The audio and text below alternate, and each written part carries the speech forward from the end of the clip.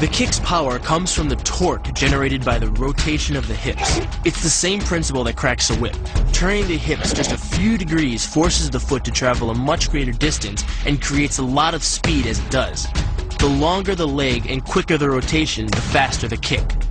And unlike karate, Muay Thai fighters are also taught to strike with the hard bone of the shin.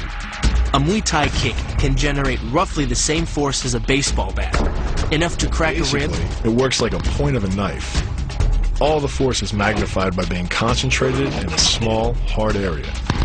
Even if the elbow doesn't deliver a knockout, it will almost always leave a nasty cut, and often getting in close neutralizes the opponent's weapon advantage. Then, in the clinch, we bring the power of the knee to bear.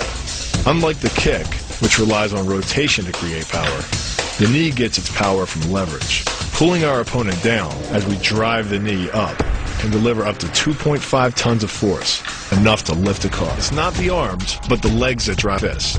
Like a piston, the explosive power of the legs is capable of generating hundreds of pounds of force, all to a very vulnerable area, the soft underside of the opponent's jaw.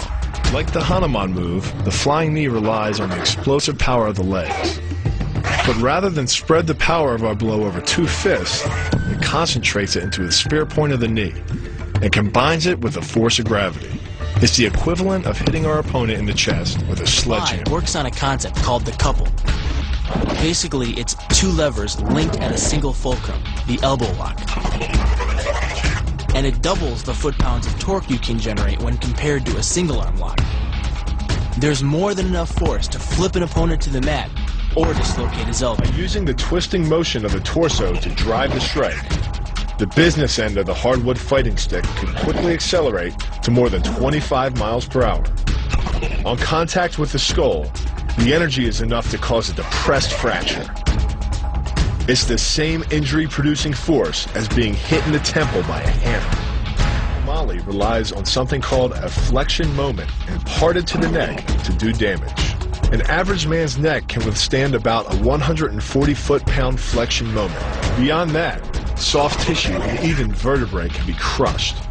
By bringing your weight down fast, this move could easily deliver twice that amount of force. And it wouldn't just end a fight. It could leave your opponent paralyzed or dead. Close, the opponent's neck is exposed. But because of the close range, the hand doesn't generate a huge amount of force. It's enough to stun, but probably not enough to cause severe injury. But replace the hand with a weapon, a stick or a knife, as you would in combat, and this could become a kill shot. The kick's power comes from the snap of the knee.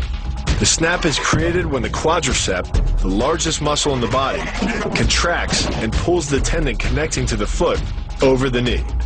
Using the knee as a pulley, the strength of the quad is enough to accelerate your foot to speeds close to 30 miles per hour. Because the area of impact is focused on a small part of the foot, it magnifies the force of the blow, making it capable of dropping 1,000 pounds of force on your head. It's like getting whacked in the head with a Louisville slugger. It works by taking the opponent's blow at an angle, which deflects the energy of the blow away from the vulnerable torso. The harder you block, the further his blow will be deflected, and the more open he'll be to a counter strike. Rotating your fist 180 degrees right before it strikes the intended target. The twisting snap of the arm maximizes the speed of the punch and magnifies the force of the blow by concentrating the impact on the first two knuckles of your hand. Done correctly, it can deliver as much energy as a bowling ball dropped from the top of a house, more than enough to cause soft tissue damage or break a rib. Because it swings through such a wide arc, the wrist is moving at speeds of up to 43 miles per hour. And since the radius doesn't deflect or compress nearly as much as a fist, it can deliver a staggering blow, like being hit with an axe handle. This roundhouse kick is designed for maximum impact. With the powerful muscles of the thigh yanking the tendon over the knee, the foot accelerates from 0 to 21 miles per hour in just 1/3 of a second. Combine that with the reinforced shoe, and this kick can drive the nose bone back up into the brain. It's aimed at the largest gland in the human body, the liver. A direct hit won't just bring an opponent down. It can rupture the gland, causing severe internal bleeding. But the liver is well protected by the rib cage.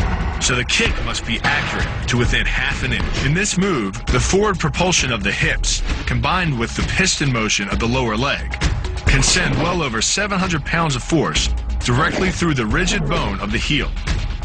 This impact won't just knock an opponent down. The force is enough to permanently damage his kneecap, leading with the near arm. The first jab travels the shortest distance to the opponent, so what it lacks in force, it makes up for in speed. The second punch, utilizing both the twist of the shoulders and the forward momentum of the kick, can carry over 4 times as much impact. And just a few hundred pounds of force to the temple is enough to cause a knockout. This move uses the same principle as a throw in judo, off-balancing your opponent and then using his momentum to send him down. But it's much more aggressive.